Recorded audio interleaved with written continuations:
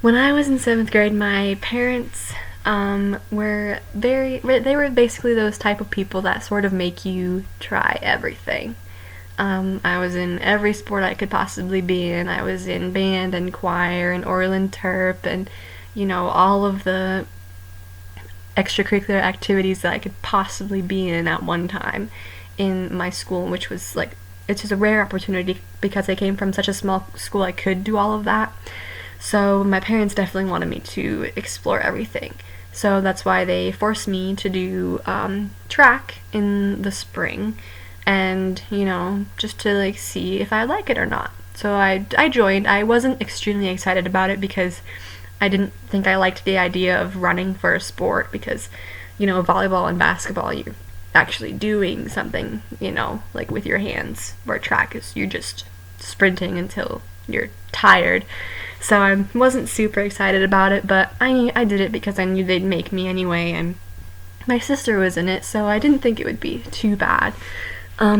So I joined track, junior high track, in 7th grade. And then my 8th grade year, I joined and I was like, okay, I'll do junior high track. But in my school, because we come from such a small school, you have the opportunity to do junior high and high school track.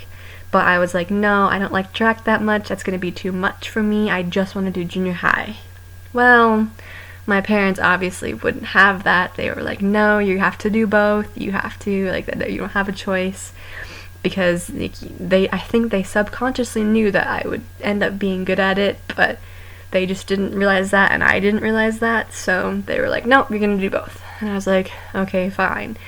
So I did. I would have junior high track 8th hour, or the last hour of the day, and I'd have junior high track practice, and then right after school, right after that practice, then I would have high school practices.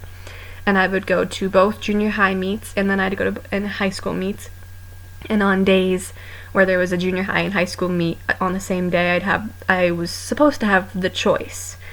But eventually I ended up not being able to go to the junior high meets because I had to go to the high school meets because I was actually part of a relay. So I was part of the 4x100 meter relay, which is basically where there's 4 people on a relay and everyone runs 100 meters and you hand off a baton to each other. And I started that relay.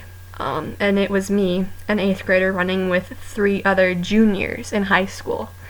So that was definitely a lot of pressure for me, and it's kind of scared me quite a bit.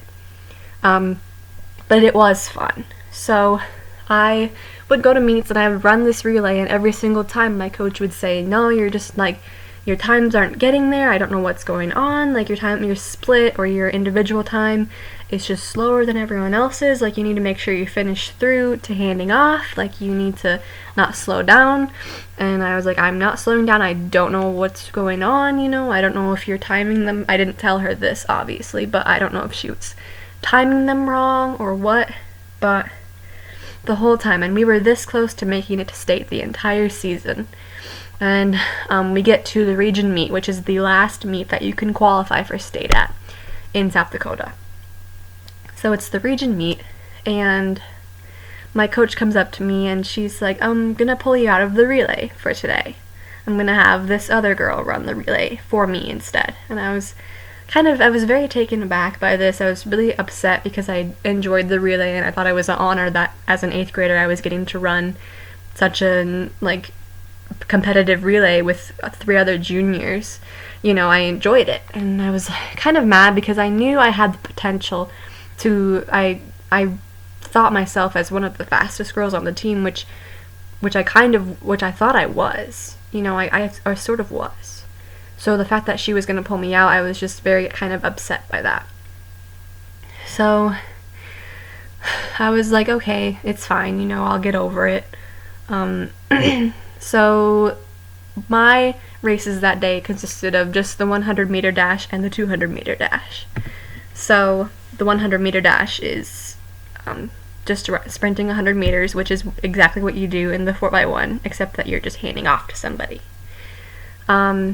So I ran my 100 meter dash and I got a fast enough time. So at regions there's prelims, semifinals, and then finals, Well, I actually ran a fast enough time in the prelims to make it to semifinals, and that was extremely exciting for me, because I was like, wow, I'm only in 8th grade.